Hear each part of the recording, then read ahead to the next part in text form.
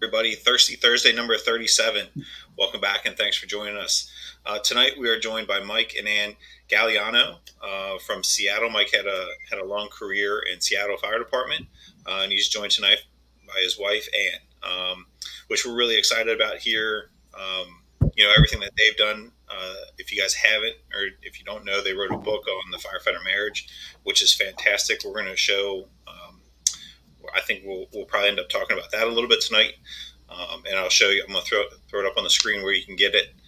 So make sure you get a book and read what they have to say.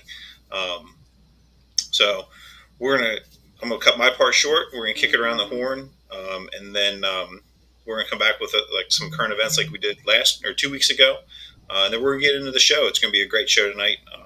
Bobby's gonna be jumping on. He had an overtime shift today. So speak of the devil, here he is, Bobby. Hello. He's it's like Beetlejuice. You say his name 3 times and he just appears. Welcome, Bobby. We're literally just getting started, so we'll kick it over to Trevor and then go around the horn. All right, great. Thanks, Ben. Again, Mike and Ann, we really appreciate you all coming on. I've had the privilege to meet Mike a few years ago in person. Probably many times passing at FDIC, but Bobby, when we were at the Alaska Fire Conference, we all had a chance to sit down for a little bit.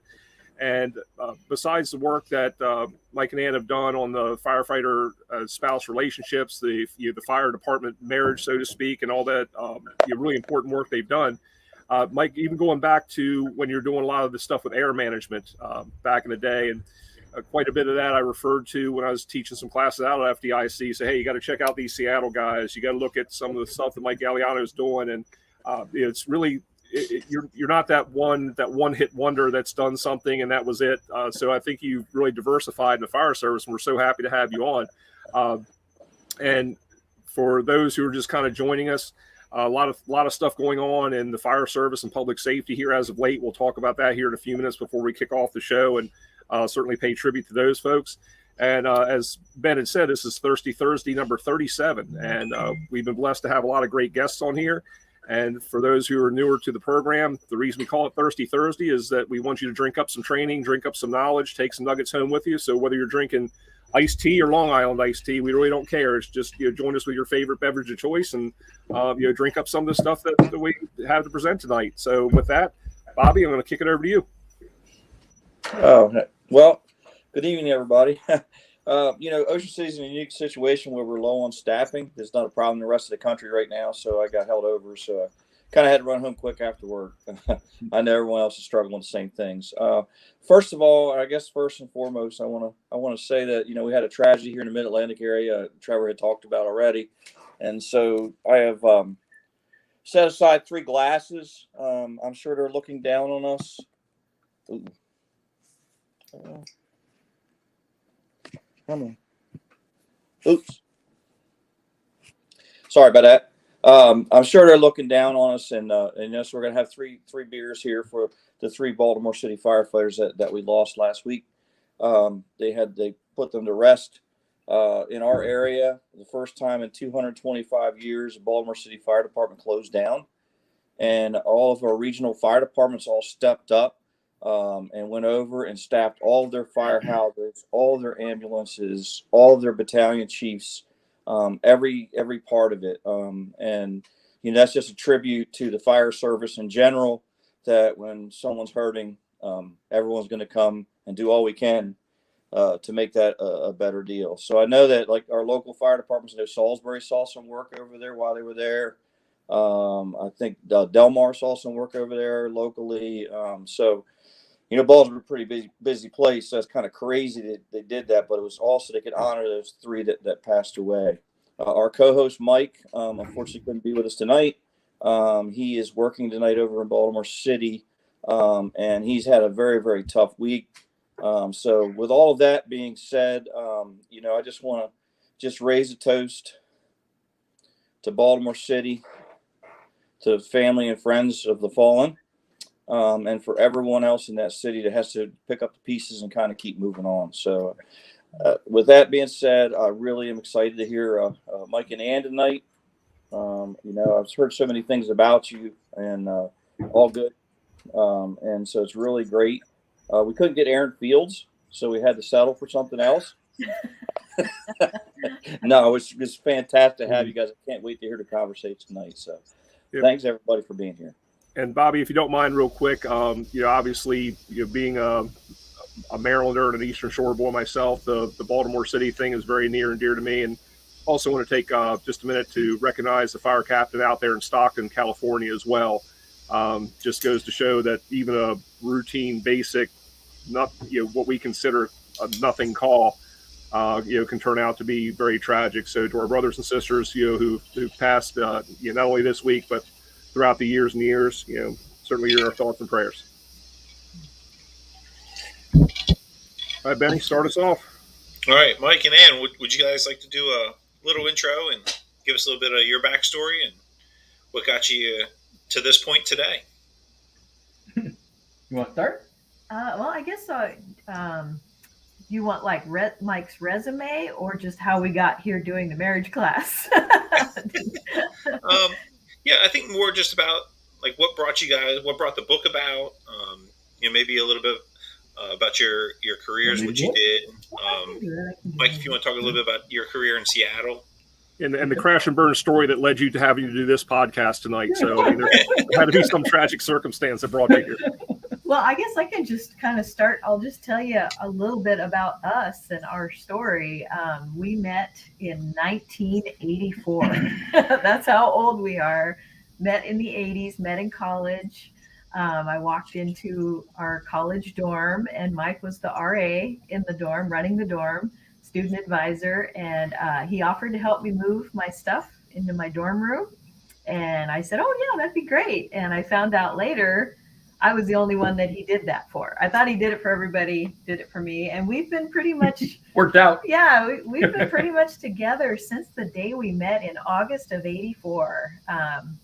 We were a year later, we really wanted to get married, but we didn't have money. We hadn't finished school. We were 20-year-old kids. I mean, we were really young. And so in order to finish college and get married, Mike signed up for the Air Force, went into U.S. Air Force. They asked us where we wanted to be stationed, and we're from Seattle area. Mike's from Idaho. I'm from Seattle. And we said anywhere west of the Rocky Mountains would be great. They stationed us in Louisiana. That's the military. And they asked him what he wanted to do as his profession. And he said computers, because he was studying. Computers were a brand new thing back in the 80s. And they put him in the fire department. So that's how we ended up in the fire department. That's the military. Loved it. Absolutely. And we absolutely loved Louisiana too. That was a great place for us to start. And from there, loved the fire department. Didn't really like the military that much. It wasn't quite a good fit for Mike. He wanted a little more freedom. That's a pretty restrictive environment. Loved the military, but it was not the best fit. So we got out of the military, and Mike tested for Seattle fire, because that's, again, where I'm from. And it took a long time. And the process, as you know, takes a long time. So in that interim, he became a corrections officer for a really bad area in Tacoma. Tacoma was kind of used to be our really crime-filled area. So he was a corrections officer for a year. So he was in the police world for about a year before he got on with the fire department. So that's a little bit of military, police, fire, and then got on with Seattle Fire, raised our boys, and when they were done going off to college, he decided to become a captain, and he promoted to captain in Seattle Fire. And when he became a captain, he became the training captain at the training center. And at the training center, he was now on a day shift and there every day and running into firefighters that he hadn't seen since the beginning. And every day he was hearing from them that their marriages were falling apart and that they were divorced, or guys he hadn't seen for a long time. Now he's seeing them. And so, after about 2 months of this heartbreak and hearing divorce after divorce after divorce all across the department, he just came home to me one day and asked me a very simple question. And he said, boy, our marriages are really struggling. Is there something tough about living with a firefighter? And I said, yeah. And by this time, we'd been married 24 years. He said, well, can you write some of this down so maybe next time somebody asks me for advice, I'll know what to say. And so he was expecting a teeny little post-it note with an idea or two. And instead I handed him this typed 10-page annotated document of things I've observed over 24 years of marriage at that point, and handed it to him. I said, well, here you go. This is my perspective as a spouse. What I've seen, and I really, really thought hard about it and really looked over our history, areas that we fought, areas that we struggled, areas and tips of how we dealt with it, because nobody told us a thing when we got into these professions. Nobody tells you anything. You're just expected to adapt and figure it out. And so this is how we got here, was just kind of my perspective after all these years, and from his simple question on, are we kind of tough to live with? Are firefighters tough to live with? So that's how we got here. And sometimes the spouse can tell the firefighter a little bit better, because sometimes you don't see your own issues. Sometimes it helps, because he didn't really know what to say to the other firefighter. So that's how we got here. That's what led to this. And he gave it to Bobby Halton at Fire Engineering. My answer to his question, submitted that, and they published it. And then that led to a column, which I wrote for 10 years. And the columns led to the book, and the book kind of helped us develop a class along the way. So that's how we got here. That simple question. Fantastic. Are we hard to live with? Yes, sometimes. Yeah. Some of us might be harder to live with than others, obviously, Yeah, Well, that's fantastic. Mike and Ann, let me ask you this: how do you get to take that 30,000-foot view of yourself? Because agreeably, if you're too close to an issue yourself, you don't have that perspective, and you don't see all the ramifications of it and all the ripples on the pond with it. And just to clue everybody in a little bit, prior to coming on the show, we were having a brief discussion about that crystal ball that is not issued to the spouses, but like in my case, if I come home from one of our infamous shifts in Ocean City and I needed to get back into being either husband or dad, not the uptight captain, BC, whatever's going on, and I need to take that time to hit the reset button, or as my wife would call it, going to my island. But if I didn't take the time to say, hey, I just need a little reset time, I need to go to my island for a few minutes, an hour, or whatever, just so that I'm not that jackass coming to my family. But instead of relaying that or articulating that, I assumed it was a given. And then until my wife came and said, hey, Whiskey Tango Foxtrot over, what's the problem here? And then we had a great conversation, and we're able to go where I can say, hey, I need to go to my island for a few minutes. So how do you engage? I mean, obviously Mike asked a very simple question and probably got more than what he bargained for in a response, which is great. But how do you start that conversation? But also from the spouse's end, how do you start that to say, hey, here's the 30,000-foot view of you? Well, boy, let me enter. It's a lot there to unpack, but let me enter into it this way. The reason why I hope the book is resonating and why the classes are resonating is because firefighters, when they read it or they see us, or hopefully when you listen to us, you're not going to see somebody on a pedestal, or a whatever, an icon or this great example of this, that, or the other. And my hope is that what you're going to see is just two folks like yourself we're normal, everyday folks. I love being in the fire service. It's just been such a privilege to have this as my calling, and such a privilege to be hanging out with, firefighters like yourself. And you're all a bit odd ducks, and you're my kind of odd ducks, and everywhere I go, we were talking about having all the regions covered here with Maryland and Florida and Southern California. And, it's wonderful just to go to different places, and the accents are different. The weather's different. Some of the some of the configuration of the way guys do stuff is different, but the guys are, pretty much the same wherever you go, and it's wonderful. Trying to make that love for this calling that we have intersect and work well with the other cool thing in my world, which is my home life, my place of safety and security, and the place that I love and the person that I love more than anybody in the world, trying to make that work. And you actually kind of answered it in short there, Trevor, with you kept using the word conversation. Anne did a dump load of work in writing her columns and researching and reading other people's materials and trying to figure out a way to condense down the things that we saw that were working for us, why they were working, and how to put it into words that everybody could understand. And I'll tell you what kept coming back was there's no particular words that work other than you've got to commit to having a conversation in your language, in your way, with your variables, your family variables. You aren't us. We're wired a particular way. We have a belief system that is a particular way. Our personalities and temperaments, our situation is, it's not all unique to us, but the elements are unique to us, and yours are too. But in the middle of having these conversations about the things that are common to us, the struggles, the challenges, and most importantly, what Anne identified was the unique things about the fire service that now try to intersect back into the home life, and how to have legitimate conversations about those in a way that you can get on each other's side. And you can start, understanding each other and figuring out, oh, you're not just being, a jerk, or you're not just being micromanaging, or you're not being insensitive.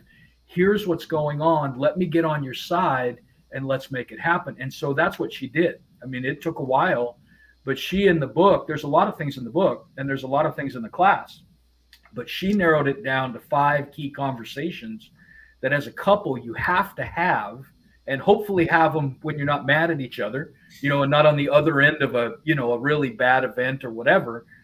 Have these 5 key conversations. And if you do that, it helps you to get past a good many of the things that we found in our relationship were trouble spots, and that we're finding in most firefighter marital relationships end up being the place where breakdown happens. And so I hope that's at least a start to the answer, of how we got here and those types of things. The conversations, and I'm sure we'll talk about what a few of those are, whatever you want to do. You do want to have them when you're chilled out. Don't have them when you're angry. Don't have them in the middle of a fist fight. I think you want to have them when you're not, in a place where you're constantly being interrupted. Put your phone away, get the kids off to a sitter, or while they're at school, or kick them to grandma's house or whatever.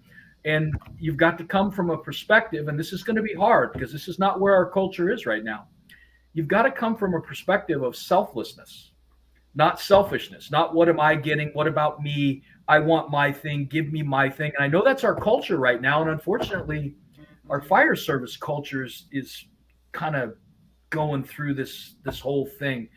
If you approach it from a what's it all about for me, and what do I get out of it, and why isn't my spouse doing this for me, et cetera, it's going to be really difficult to get on each other's side. Our perspective is we're trying very hard to serve each other, to take care of each other, to get on each other's side, and to help each other with the things that are not working. And if both of you are doing that, it makes the conversations, the 5 that we're going to recommend, or whatever ones you're having, I think they have a much better chance of being productive. And Mike, to that end, I'm listening to what you're saying, and I really appreciate the fact that it's like sitting across the coffee table from somebody, and we're just having a conversation. Yeah. So the way you all have gone about this is you're not pontificating. There is no silver bullet solution to anything. But I really think that, Anne, from your perspective, you've gotten into a firefighter's head, good, bad, or indifferent, because you were able to prioritize. We understand a priority list when we get on the scene of something, and we get on a high-rise fire. Here's the top 5 things we need to do. They might not be in that particular order, but if I can say, hey, I've got 1, 2, and 3 done, and can you take care of 4 and 5? So, and I know Ben, Bobby, you're a marriage veteran. You've been married for quite a long time. You probably get less time if you killed somebody. But anyway, Ben, you're relatively new at it, so we're all coming at this from a different perspective. But what are some of those? What are some of those 5 key elements that for regardless of where you are, personalities, like you said, different ideologies, belief systems? What are those 5 common things that we can take a look at? Well, I narrowed it. I thought of all these things. When you're asked a question, there's all this history and elements that swim around, and I just kept narrowing it down and all these little instances and memories, and they kept falling into those 5 categories. And that was what was cool about it. You know, all these thoughts, narrowing down, separating them, putting them in this column, putting them in that column. What I started with, though, was what about this profession that is different than other professions? And actually, the first question I asked, is the divorce rate higher? Because it seems like it is. No hard scientific data on that, but again and again and again, the statistics tended to lean towards military as number 1, fire and police tied for 2 and 3, and medical number 4. Those 4 kept rising to the top, consistent. And interestingly, we've been all 4: military, fire, police, and Mike's EMS. So medical is in there. And so then I started looking about those 4. What do they experience that maybe the rest of society does not? And the things that kept right. And again, this was back when nobody was talking about what you guys go through. The things that kept rising to the top were danger and trauma. And those words were not mentioned to us ever in our history, just danger, trauma. And then add to that for the firefighter, sleep deprivation because of the 24-hour shift. Those 3 things have huge impact on your person, physically, emotionally, and then sleep deprivation, which is something we struggled with and still struggle with. His inability to sleep adds to kind of this funk or this grouchiness or this tough to live with at times. At the firehouse, alive and alert and at your best and on adrenaline. At home, we're seeing the other side of that, and how, as a spouse, do we deal with that? How do we have patience with that? So looked at those 3 differences, which are huge: danger, trauma, sleep deprivation. And again, all these thoughts, how do I narrow it down? Came up with the 5, and they were the 5 conversations. And so the first one, and you mentioned it, and this, I call it reentry time. And that was that transition from this intense rock and roll world of the fire service, now segueing back home. And I noticed that as a young fire wife way back in 1990, which is when Mike started. We had 2 little boys, and I remember many, many times things going wrong at reentry time. Him coming in the door, and literally we would pounce on him, me and the little boys. We haven't seen you for a long, long time, and we want to talk and we want to bond, and the kids want to play with you, and this broke while you were gone.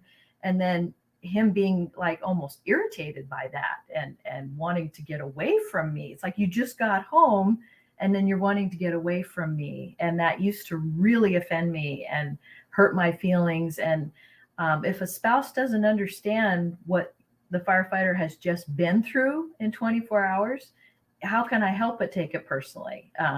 Like you said, the crystal ball, I can't read your mind. I can't understand because I wasn't there. So that's why I try to get the spouse a little bit on the firefighter side. What they've been through danger, they've been through trauma, they've been up all night.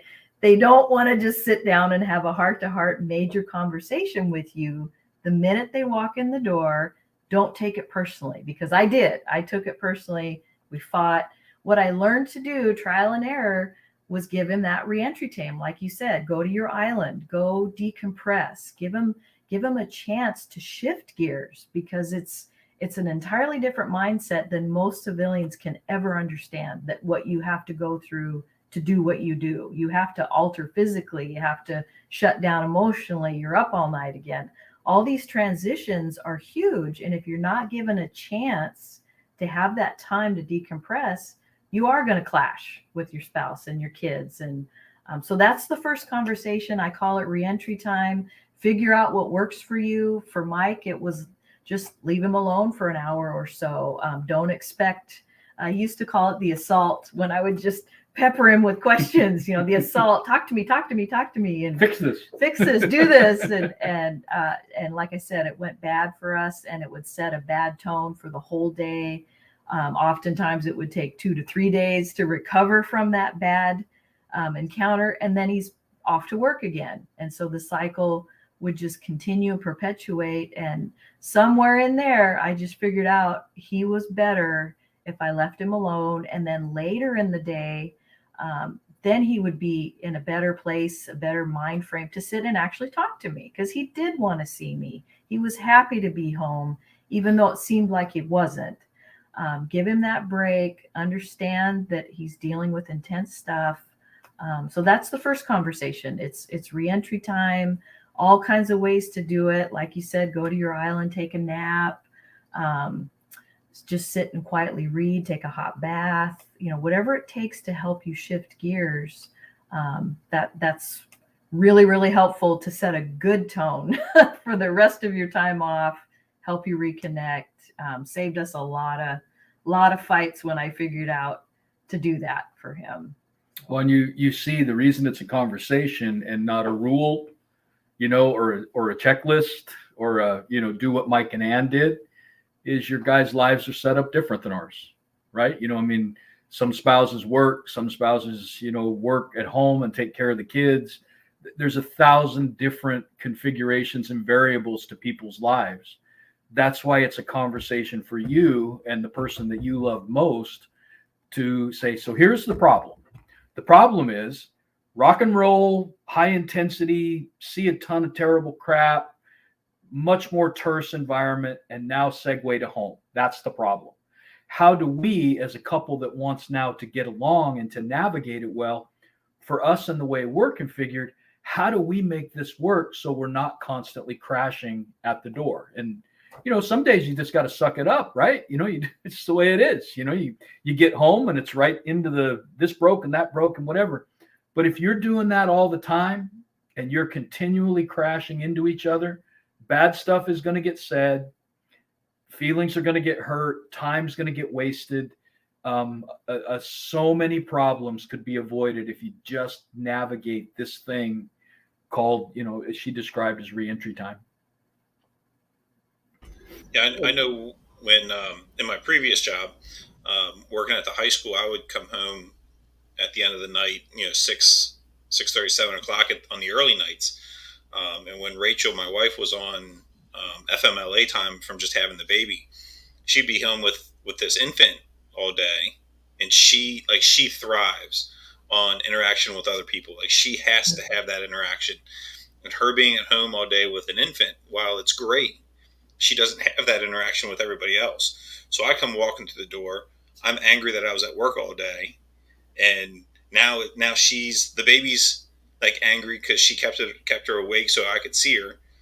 And she's like, "Here, do you want to hold her?" I was like, "No, it's an angry baby. Who wants to hold an angry baby?" Like, I held her. Yep, it's cute. Here, can we put her to bed now? But it got to the point where I was like, "No, just put her to bed. I'll go in. I'll kiss her goodnight. Like, I'm good."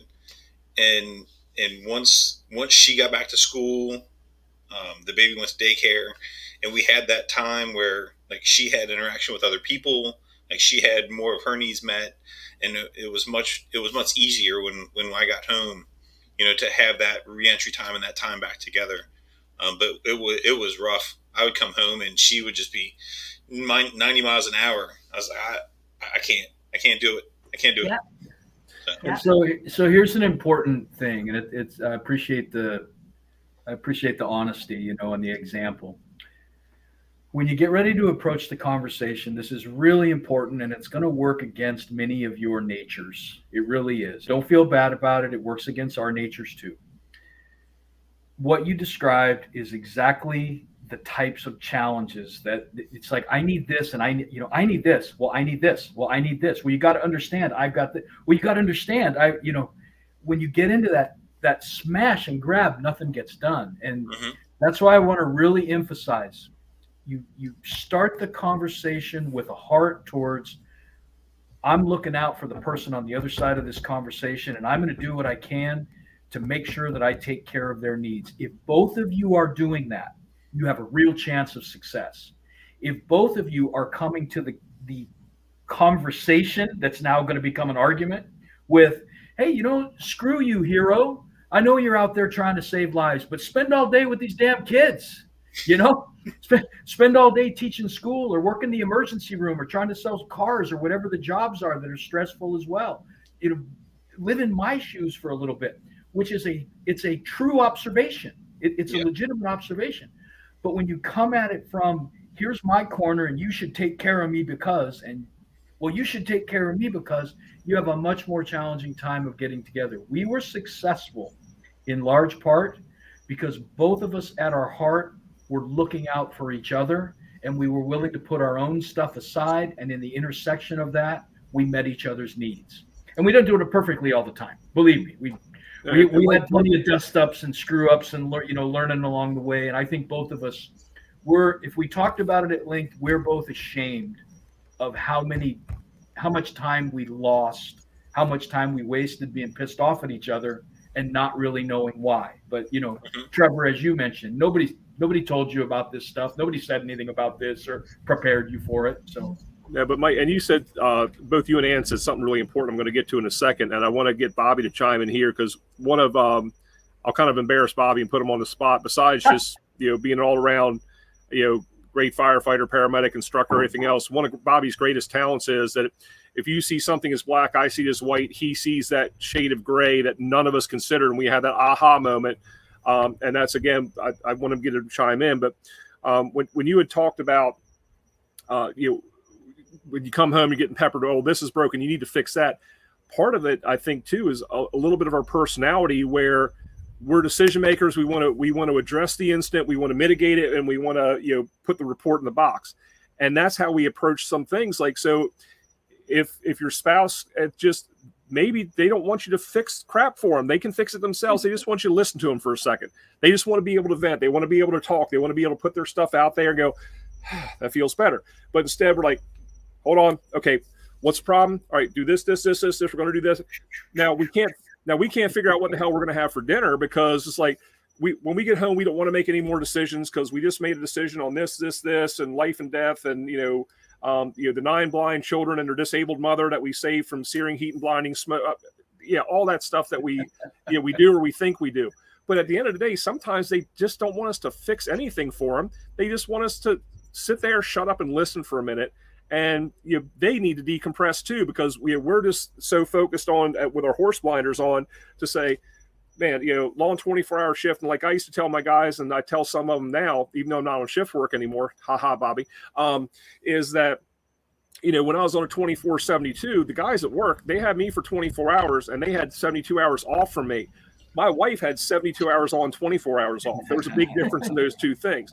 So, but I think that was a really important thing that you said is that we have that fix it mentality, and either that decompression time where we don't want to, we frustrate our spouse by saying, I don't care what we have for dinner. And we have a 2-hour argument about what to have to eat, or we just completely dismiss their thoughts, their concerns, their stress, anything going on, because we're just like, okay, stop, and we're just applying that instant management philosophy to our relationships. And most people in the relationship with you don't want to be managed, I don't think. I mean, I'm not the brightest bulb in the box, but I think after 20 some years of marriage now, I figured that one out too. So Bobby, can you kind of chime in here a little bit too, because I know, again, you see those things, and I want Bob, Mike, and Ann to get in on what you have to say, because you always have that thing that none of us considered. So here's your time, brother. Not in relationships. I don't have, I can only speak from my own experience, and my experience was, I too went in the military. I was in the Navy, and when I was on the ship, they put me on the fire crew, and for those of you guys that aren't in the military, they don't ask you. Yeah. So it's funny, when I left the Navy, I was actually the #1 nozzleman, which I didn't think any of it. Now I look back, that's like one of the most important jobs on that whole fire team on the ship. I never knew it because they just said, this is what you do, that's it. And I kind of went from there. So That was my exposure to the beginning of the fire service. So when Kathy and I got together, I just got started a couple years out of the Navy, about 3 years out of the Navy, I guess.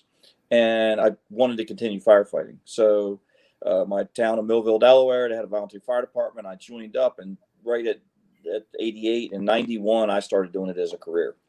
So that was the first big strain on our relationship. Was I had never worked shift work, and she had never been with anybody that worked shift work. And that was really, honestly, we probably would have broke up if we didn't have kids. And so at that point, the kids were really just a fabric kind of holding us together. And then later on, through trial and error, I guess you could call it, we did start having, conversations. The second thing with my situation was, my wife was a prosecutor, a lawyer, and she just retired a couple of years ago after 32 years of that. Law particularly bores me, and she doesn't like to hear about blood and guts. So we didn't have lots of conversations about my work because she didn't want to hear it, and I was kind of bored with law. Yeah, so we had to kind of say, hey, and the biggest one was you remember the Shores fire, Trevor, where we had a. Sorry, guys. It's got the skin. Gotta get rid of that. Mom always calls. Sorry. count on my mom to call. I got you. Sorry about that. No worries. So I had a particular fire. It was fairly sketchy. It was a very, very close call for 5 of us, and it had to do with a firefighter rescue and an apartment fire. And my wife had always said to me, she said, "Hey, I don't want to hear about work like that." So I said, "Okay." So we're out all night long, and I get home and I don't say anything. Well, she actually works with one of her coworkers was married to the other guy that was involved in this fire with me. And she started telling her all about this. And Kathy came home and said, "You son of a bitch, why didn't you tell me about that?" I said, "Because you told me not to tell you about that stuff." So in my situation, people aren't always saying what they mean, and she wanted to know what was going on at work. She wanted to know what was happening with me, and time and age helped us a lot because I learned, love can create a relationship, but negotiations is the only way it's going to stay together. I've heard lots of people that are divorced and say, "I still love them," or "I love her," but they didn't have the negotiating skills. So I'm not an expert at it. I don't have any gray areas for you, Trevor. I'm sorry. I am going through life figuring it out on my own. But it's been, I wouldn't trade anything in the world. We've been married for about 33 years now, going on 33 years. And I started the fire service at the same time. So any younger guys on here, don't do both at the same time. It'd be quite the strain. So I literally got married and got in the fire service all at kind of the same time. And that was a very unusual way to do it. I wouldn't recommend doing it that way. I'd either get married for a few years or do the fire service for a few years or something. But that was the most difficult time in our relationship. But now it's good. We really can talk about things a whole lot better. But things still build up for us.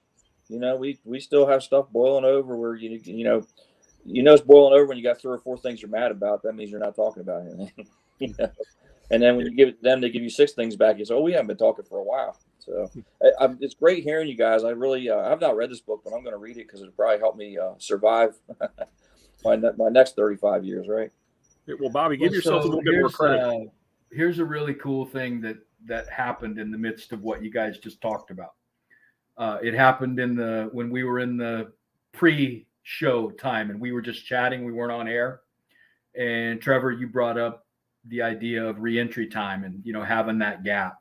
And then right before you started talking, Bobby, Trevor was talking about the fix it kind of nature that we have, the fix it mentality. Mm-hmm. And then Bobby, as you started talking about how do you navigate the tough runs? How do you figure out what's okay to talk about, et cetera? All 3 of those things are 3 of the 5 conversations. Yeah. And you see now here's the encouragement I have for all of your folks that are listening. You're not alone. It's part of the challenges that the job bring to home life. Don't feel weird. Don't feel frustrated. Don't feel hopeless.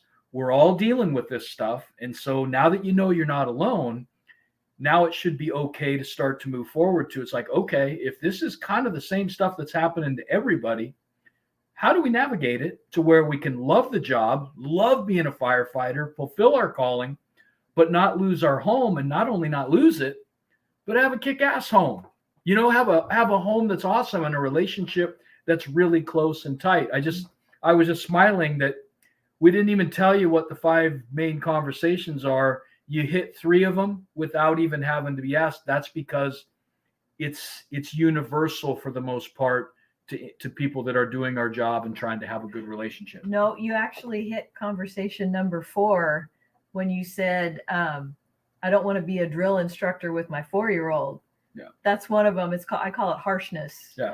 And bringing home that firefighter speak. Yeah. And starting to dictate to your spouse and your kids because you're still in firefighter mode. So that's actually the 4th one. Yeah. You brought that up too. Well, See how it's going to be a game now to figure out. We can figure out what number 5 is. So I'm sure we're going to hit it here soon.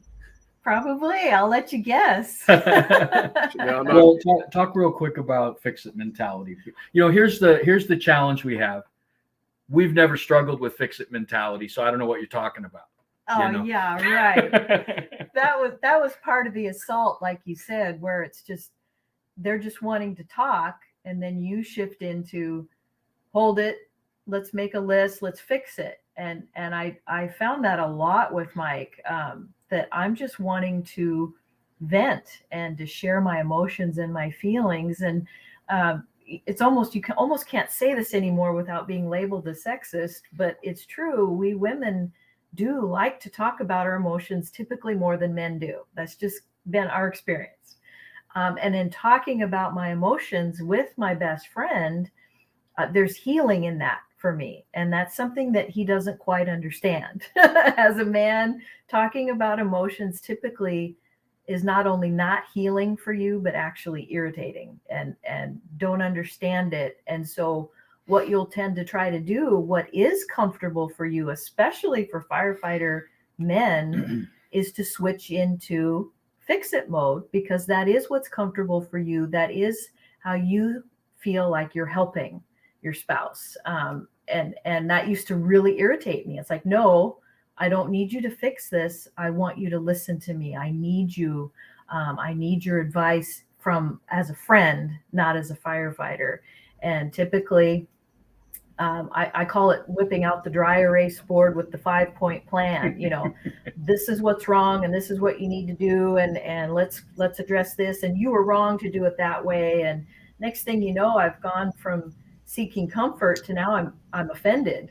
It's like, what, you think I'm an idiot that I don't know these things? Or and all of those things work in the firehouse. They work in a professional setting.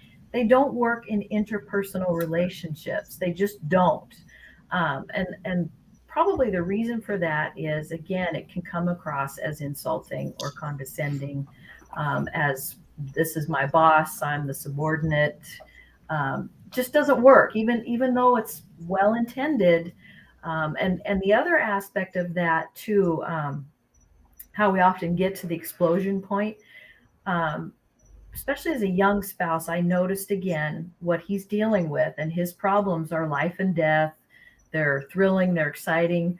My problems started to feel almost ridiculous by comparison. And so I would withhold them, waiting for a time that was perfect, that was peaceful, that was mellow to approach him. And in the world of firefighting, there is never a perfect time. It never slows down. You guys are always having intense situations. So we're dealing with 2 problems: me waiting till I'm ready to explode, and him replying with the fix it mentality. And so here we are, my holding back and his not responding correctly. So that's the problem that we had to address. I learned to bring my problems to him immediately as needed. No reason to wait, because there's never going to be a perfect time. There just never is.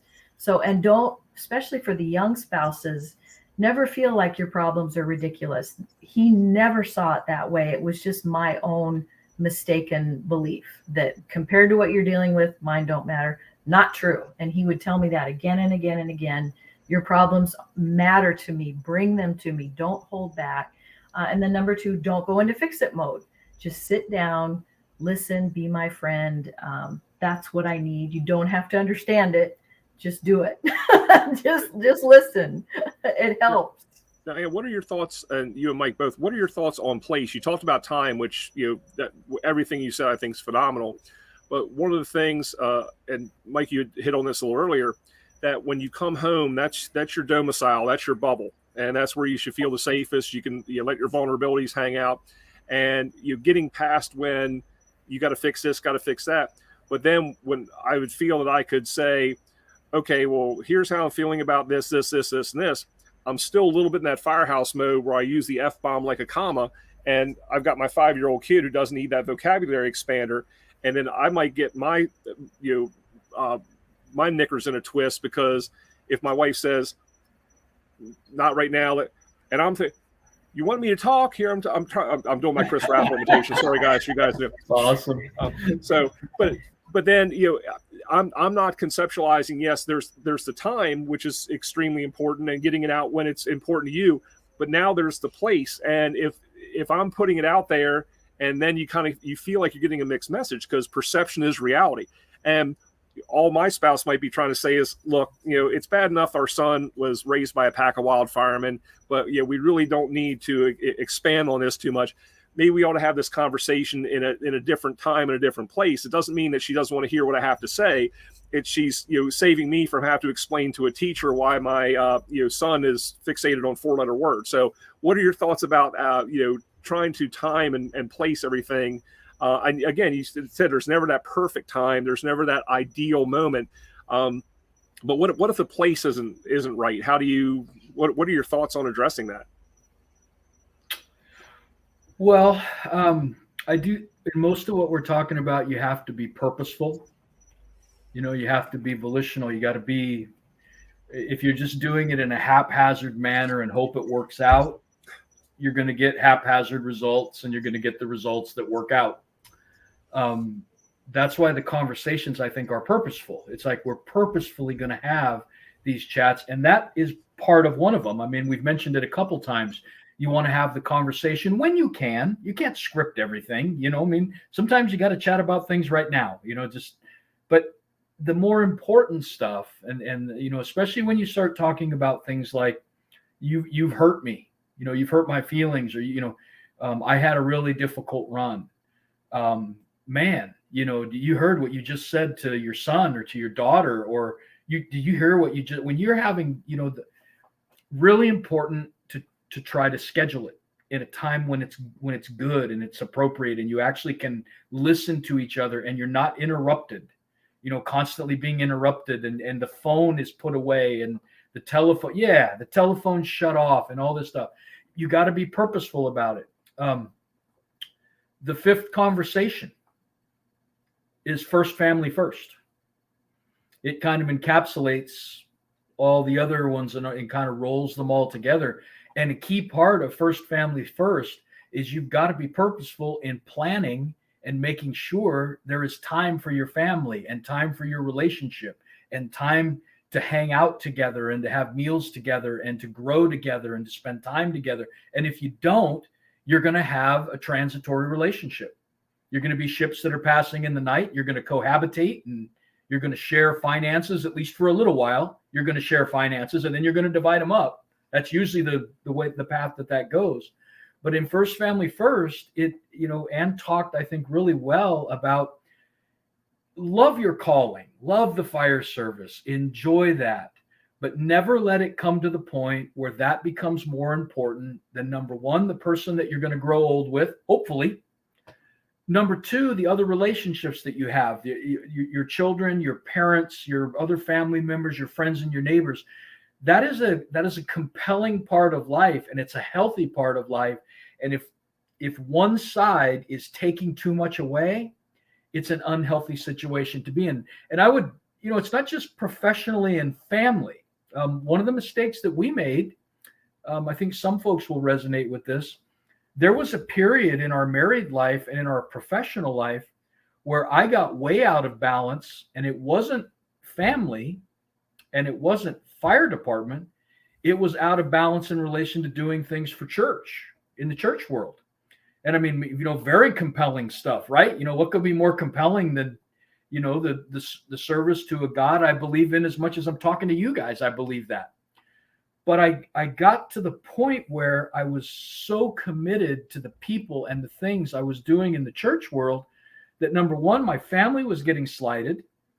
And number two, interestingly enough, I don't feel like I was given full bang for the buck to the fire department.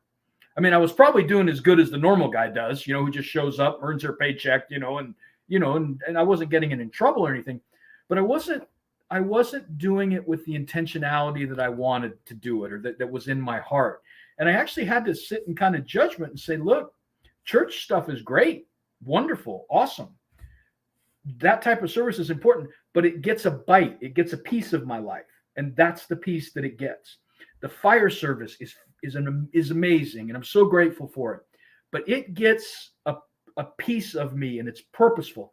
And my family, and in particular, my relationship with Ann, that gets the predominant piece of my life and my attention. And here's why it'll be really important. We end that segment when we do our fire classes. We end that segment with a picture of my coat on the hook in Seattle Fire for the last time. And I took it, literally, guys, I took that picture 10, 15 seconds before I walked out of the firehouse for the last time as an active firefighter. At least I think it's the last time. You never know, but I'm pretty sure. It probably one of the most emotional moments of my life, as you would imagine. I mean, 33 years of being in firehouses and going to fires. I was lucky. I retired as a truck captain, so my career was spent doing the things that I love to do. And that chapter now is over. And boy, those of you that are listening right now know this. It took Seattle Fire all of about 10 seconds to move on from me. One of my friends, it was actually kind of cool. A friend of mine, a guy I've trained a lot with, a dynamite fire officer, he took over the rig that day. And it's next man up. And some folks will miss you. They'll remember some of the things you did. Hopefully you'll be thought of well, at least mostly well. But I promise you, the job is going to move on from you. I was so important to Seattle Fire that on the last day I worked, it was a half day because of the way the hours worked out. I could only do a shift. I was so critical to Seattle Fire Department that on the last day I worked, I was still on the job.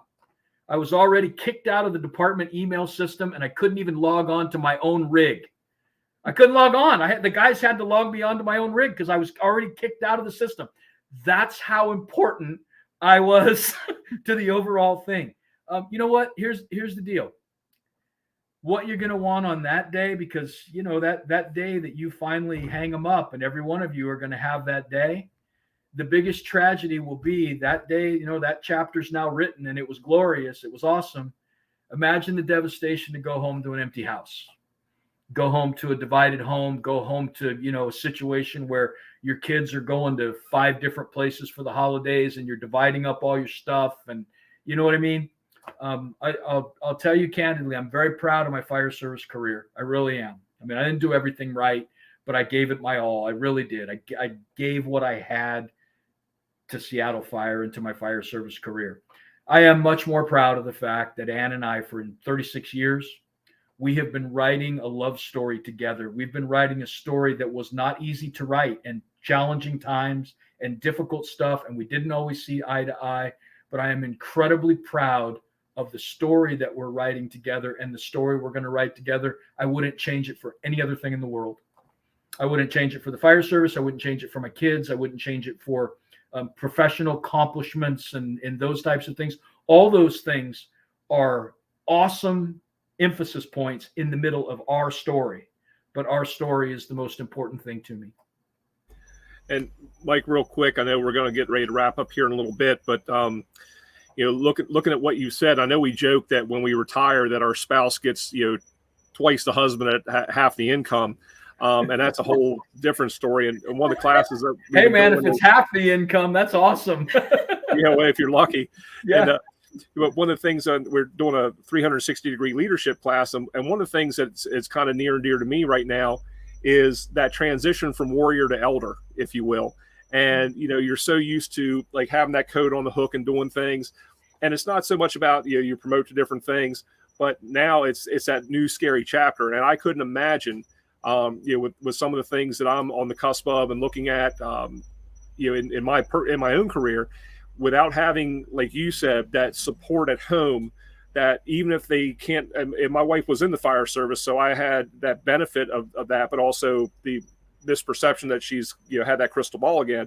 But nevertheless, if I had to go home to that empty house or that divided home, how much more difficult that would be. So you look at the struggles that you might have with things, or even the other people on the job that you're trying to assist or give some sage, not so much advice to, but just share some information with them. But if you weren't able to maintain those relationships, in your personal life, and have those people that were there to support you, even though when you've been a raging ass, that still show you some grace and some forgiveness and say, you know what, you're not a bad person overall, but there's times that you are challenging, and they call you out on it, which is good. So that is such a fortunate thing, and again, just so glad for the work that you all have done to to show that the everyday firefighter, the everyday fire officer, that it is something that you can address. It is something that you can manage, and not from that sterile management perspective, but it's something that you're not alone in. And I think that you made that point exceptionally well. That people don't have to feel isolated with it. So with that, I'll kind of shut up for a minute, because once I get on my soapbox, I get too lazy to stop. So with that, Ben, I'll kick it back over to you. All right. What we're like Trevor said, we're just about at an hour, so let's go ahead and start wrapping it up, and some final thoughts. And just in relation to what Mike and Anna just mentioned about at the end of their career, I had something similar just happen 6 months and a day into my new career, which, by the way, LT, I'm halfway through my first year of probation. So Awesome, man. Yeah. Keep it going. But I'd worked in the public high school for 14 years, and had some things happen. The birth of our daughter, and that schedule didn't really fit our family well. Like I mentioned earlier in the show, I'd come home and we're right on the cusp of like her being angry and going to bed, and it was just rough for us. And decided to make the transition and become a career fireman. And I resigned from my position that I had for 14 years before I had another job. So on my last day, when I'm walking out of school, everybody's asking, "Hey, what are you doing? Where are you going?" I'm like, I don't really know. And the decision that we made, that Rachel and I made together, was that I can't go back there because it's affecting our family life. And it's not going to work for us. So I was going to find a job somewhere doing something. And I was fortunate enough to be in the process for a couple of departments, and actually was offered the position in Ocean City, which I am just excited and love my new place and my new career. And it's worked out extremely well. So, it's not just at the end of, your career at one place. It could be a midlife change, that, you have to have that someone else, that's in your life that you rely on. And, you get to have those conversations, and, hey, I got your back. We're going to make this work no matter what. So, without her, I'd probably still be miserable at school, instead of loving what I do every fourth day. So, just a little bit, about our story. Bobby, let's kick it on down to you and get your closing thoughts. Well, thank you so much, Mike and Ann, for coming on. It's been a great conversation. I'm definitely going to read that book, and I usually make fun of my wife, mostly because she doesn't watch this show. But I want to do some call outs for her.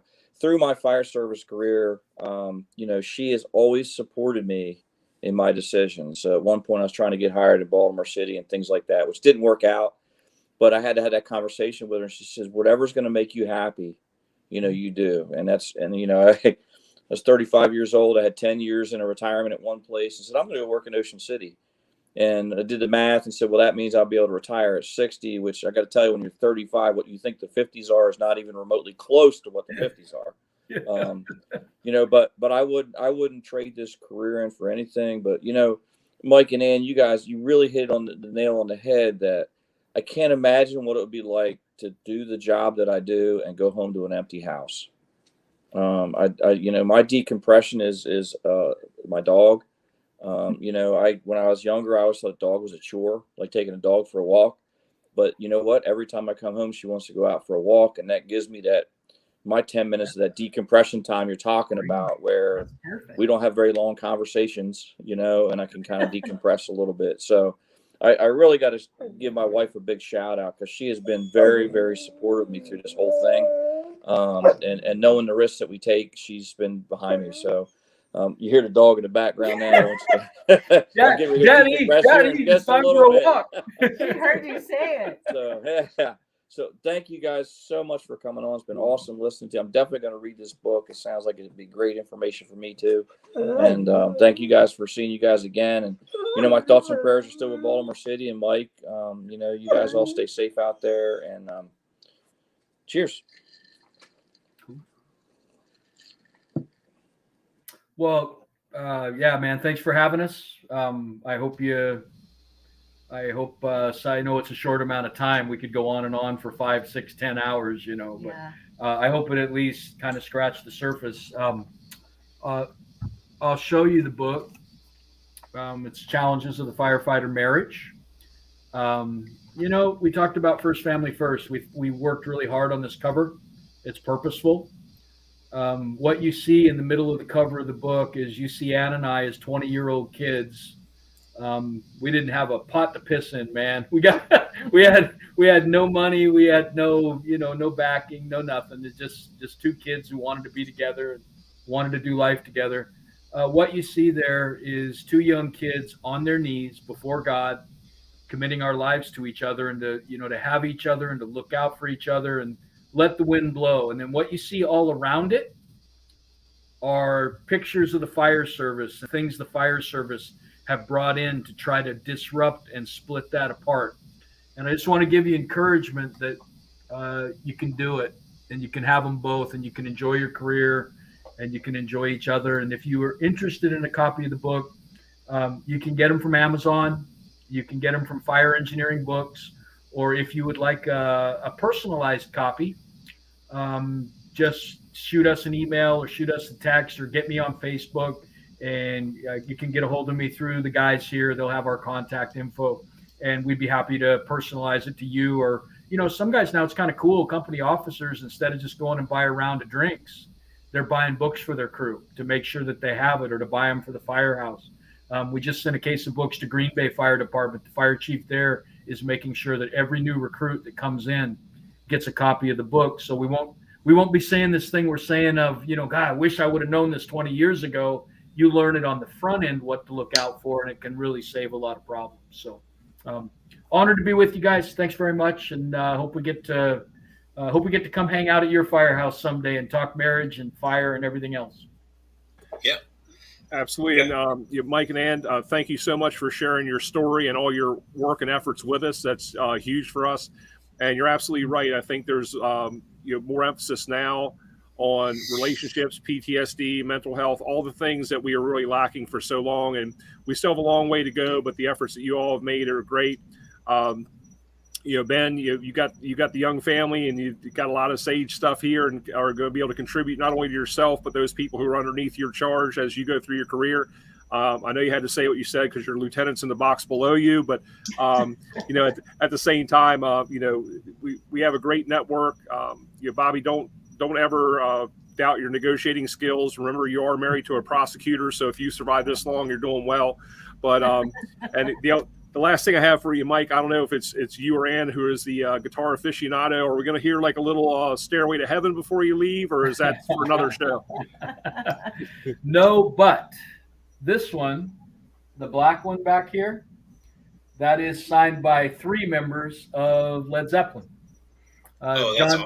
Yeah, John Bonham is not on there because, I don't know, you probably got to be a lieutenant at Ocean City with a prosecutor for a wife to afford that. That's a different level. So, yeah. Well, Mike and Ann Gagliano, thank you so much again for You're sharing welcome. your story with us. And again, please check out their book. I know Ben, are you going to be able to pop their information up at the end? Yeah, I'm gonna pop it up. We're gonna. All right, I'm Ben. gonna share. Hang on, so I'm gonna share my screen here. All right, brother. Take us home. Thanks, guys. Thanks, guys. Really an honor. Thank you. Thank you all. Honored to Thank be you, here. Be guys. safe. So just a couple real quick things. Amazon. This is the listing for the book, Challenges of the Firefighter Marriage. If you guys are interested, shoot us an email, send us a comment on Facebook, anything like that, and we'd be happy to get you guys hooked up with Mike and Ann if you'd like a personalized copy. I think I might mail mine out and see if I can get an autograph in it. So there's that on, like I said, on Amazon. Also, in the pre-show, they were talking about one of the conferences they have coming up, the International Conference for Women in Fire. That's going to be in Orlando in September. So if you guys are in the Florida area or looking for a trip to see Mike and Ann, that's an option down there. And FDIC, we've had Chief Halton come on a while ago now. Trevor's had the opportunity to go out and speak. Fortunately, didn't make the cut this year, but that's not going to stop us from trying again. So FDIC 2022 is going to be April 25 to 30. So if you guys are able to get signed up and registered for that, it's a great opportunity. Lots of networking, lots of great hands-on training. So go check that out. And then the last thing, yesterday when I was at work, I was working with Eric Olson, who is the Ocean City Peer Support Team leader. And he's going to be doing something. This is specific to the Salisbury, Wacomico, Worcester area of the Eastern Shore. So if you guys, if somebody's having an issue, they're struggling with something, he's starting this group to get together and work on recovery and resiliency and all that kind of stuff. So if you're interested in that as well, reach out to us. We'd be more than happy to help hook you guys up with that too. Eric is one of the things that we've talked about with this is Eric's dedication to recovery and resiliency and the peer support and the health and wellness of the Ocean City Fire Department is phenomenal. So again, if you guys are interested in any of that, please let us know. Be happy to help us out or help you out and get up with Eric. So with that being said, ladies and gentlemen, great show. Thank you guys very much. Cheers and have a good night. We'll see you in 2 weeks. Yeah. God bless. Thank you.